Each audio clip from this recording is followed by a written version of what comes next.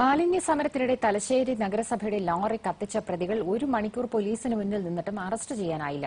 കടൽപ്പാറയിൽ നിന്ന് പ്രതികളെ നീന്തലറിയാത്ത പോലീസുകാർക്ക് കണ്ടിൽ നിൽക്കാനേ കഴിഞ്ഞുള്ളൂ. മാലിന്യവണ്ടി അക്രമികൾ കത്തിച്ചതറിഞ്ഞ് തലശ്ശേരി ഡിവൈഎസ്പി ഷൌക്കത്ത് അലിയുടെ നേതൃത്വത്തിലുള്ള പോലീസ് സംഘം സ്ഥലത്ത് കുതിച്ചെത്തി.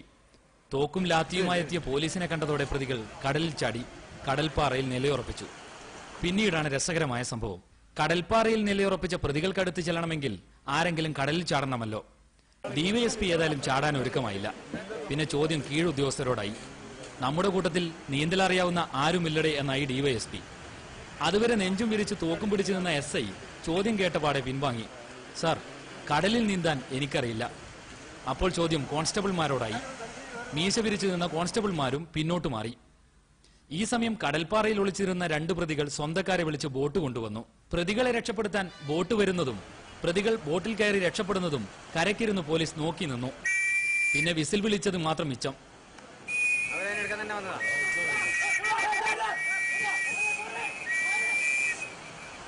എല്ലാം കഴിഞ്ഞപ്പോഴായിരുന്നു പോലീസ് ബോട്ടിന്റെ വരവ്. പിന്നെ അരിശം തീർക്കാൻ ഡിവൈഎസ്പി കടൽപ്പാറയിൽ കക്കപറിക്കുകയായിരുന്ന ദാമോദരേട്ടനെ ഒന്ന് വിരട്ടിവിട്ടു. ഏഷ്യാനെറ്റ് ന്യൂസ്, കണ്ണൂർ.